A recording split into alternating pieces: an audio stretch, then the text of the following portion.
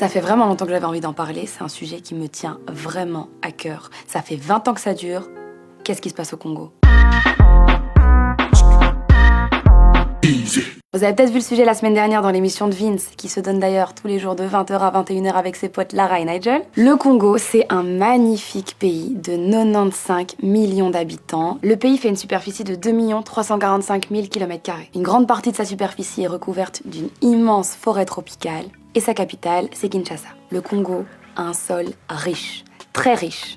Très très riche, bourré d'or, cobalt, cuivre, diamants et coltan. Le coltan qui est nécessaire à la fabrication de nos téléphones portables et tous les gadgets électroniques. En gros, ça empêche nos smartphones de trop chauffer ou d'effacer les données quand il est éteint. Entre 60 et 80% du coltan vient du Congo. Et malgré tout ça, le pays est un pays très pauvre, parce qu'il profite pas du tout de ses ressources. Et ce coltan qui pourrait faire vivre tout le pays, de nombreuses ONG dénoncent le fait que le Rwanda se l'approprie. Ben oui, parce qu'en fait, le Rwanda est le premier exportateur mondial de coltan, alors qu'il n'en a pas dans son sol. Mais c'est pas le seul pays. Il y a plein de pays qui s'approprient les minerais du Congo et qui les revendent à d'autres pays. Des compagnies chinoises, américaines, européennes puisent dans le sol congolais. Deux guerres ont marqué le Congo, celle de 96 et celle de 2003. Et ce qu'on vit aujourd'hui, c'est les conséquences de celle de 2003. Depuis 20 ans, le pays vit une situation très difficile, des massacres de fous dans la région du Kivu. La population est en première ligne. Des civils sont tués, des dizaines et des dizaines de personnes sont massacrées. Ils détruisent les familles de l'intérieur, les femmes sont violées,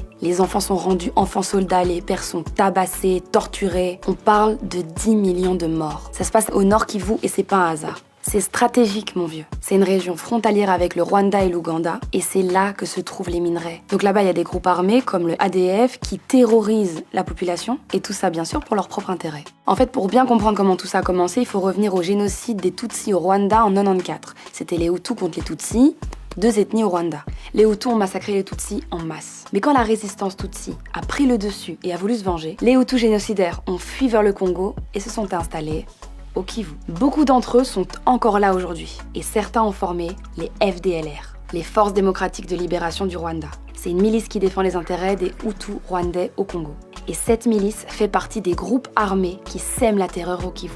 Bref, t'as compris, ce qui se passe au Kivu, c'est hors de portée du gouvernement congolais. Ça se passe là et ça implique trop de gens. Il y a les rebelles, les milices, les multinationales, les industriels de la téléphonie et les États occidentaux. Ok, peut-être qu'on a l'impression qu'à notre échelle, on peut rien faire, mais en parler et sensibiliser l'opinion publique, c'est déjà quelque chose. Donc toi, hésite pas à t'informer, t'indigner, en parler à ton voisin, ta voisine, ta sœur, ton frère. Tous ensemble, on va peut-être réussir à bouger quelque chose. Bon, sur ces mauvaises nouvelles, je vous fais un bisou et je vous dis à demain, ou pas. Oh, t'aurais pas oublié quelque chose ? Un like, un commentaire, partage même. Et puis, si t'as un coup de gueule, tu me le mets en commentaire.